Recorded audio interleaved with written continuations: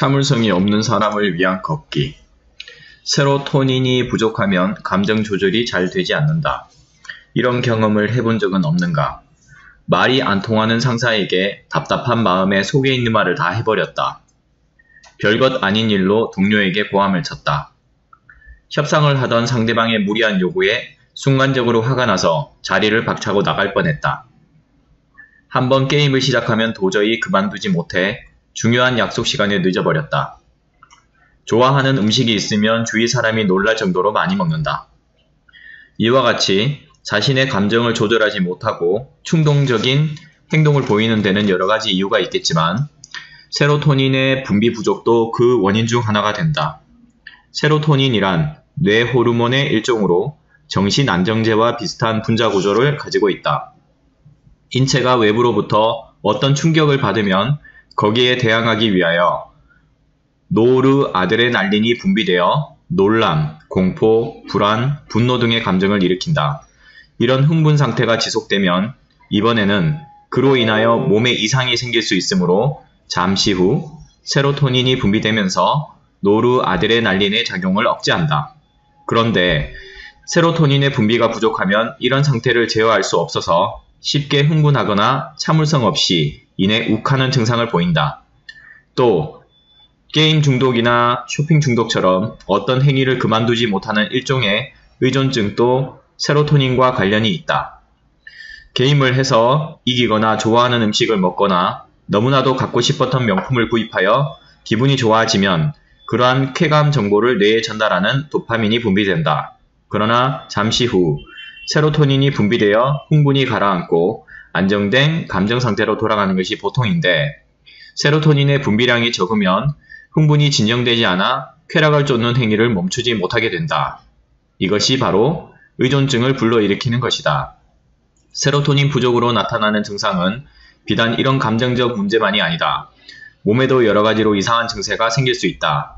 예를 들어 충분히 잤는데도 아침에 제대로 일어나지 못한다거나 하루 종일 졸린다면 세로토닌 부족을 의심해 보기 바란다. 건강한 사람은 수면 중에 1분당 15에서 20회 정도로 규칙적인 호흡을 한다. 하지만 세로토닌이 부족한 사람은 이 호흡 횟수가 줄어들기 때문에 산소가 부족해진다. 그 결과 깊이 잠들지 못하고 낮에도 졸음이 가시지 않는 것이다. 세로토닌은 체온 조절에도 깊이 관련되어 있다. 보통 아침에 일어나면 근육이나 신경의 활동성을 높이기 위하여 체온이 오르는 반면 저녁이 되면 떨어진다. 이러한 변화는 세로토닌의 분비량 변화와 거의 일치한다. 그런데 세로토닌의 분비가 부족하면 체온이 낮아도 그것을 조절하는 온열 중추의 기능이 떨어져 낮에도 저체온이 지속된다. 이를 저체온증이라 한다. 체온이 항상 섭씨 34도나 35도대에 머물러 있다면 저체온증이다. 저체온증이면 냉한 체질이 되기 쉽고 집중력도 떨어지며 장기적으로는 암의 원인이 될 수도 있다. 한편 세로토닌의 과잉 분비가 우울증이나 간질의 원인이 되기도 하지만 일반적으로는 분비량 부족으로 인한 이상을 호소하는 경우가 많은 편이다. 위에서 언급한 증상이 자신에게도 해당된다면 세로토닌을 늘리도록 노력할 필요가 있다. 1초에 2걸음씩 걷기.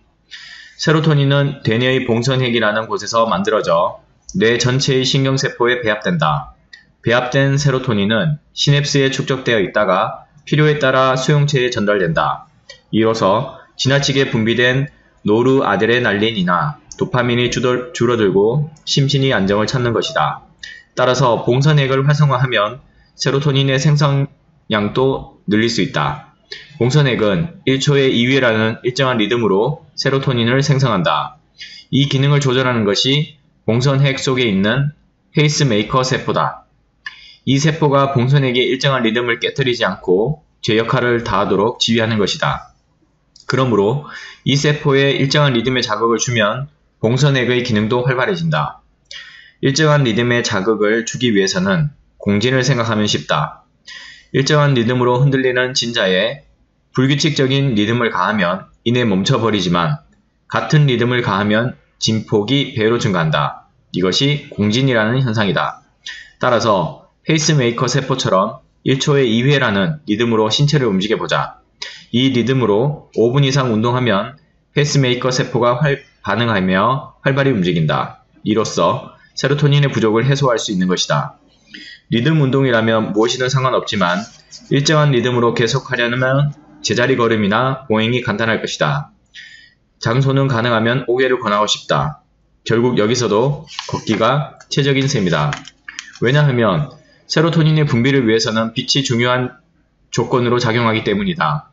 봉선액은 빛을 감지하는 눈의 망막과 신경으로 직접 연결되어 있다.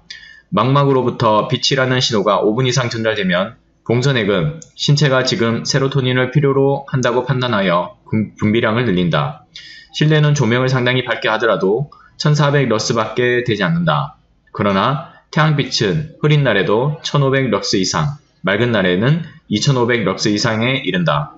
봉선액의 활동성을 효과적으로 높이려면 2500럭스 이상의 빛이 필요하다. 그러므로 밝은 태양 아래 1초에 2보의 리듬을 유지한 채 걷기. 이것이 세로토닌을 늘리는 지름길이다. 또 하나, 세로토닌의 원료를 늘릴 필요도 있다. 세로토닌은 트립토판이라는 필수 아미노산으로 만들어지는데 이것은 체내에서 생성되지 않는다. 따라서 음식물을 통해 섭취할 수밖에 없다. 트립토판은 붉은 살 생선이나 육류, 유제품에 풍부히 함유되어 있으므로 이런 식품을 많이 먹도록 하자. 또 트립토판이 세로토닌으로 변화하려면 비타민 B6도 필요하다. 비타민 B6는 밀, 옥수수, 육류, 감자 등에 많이 들어있다.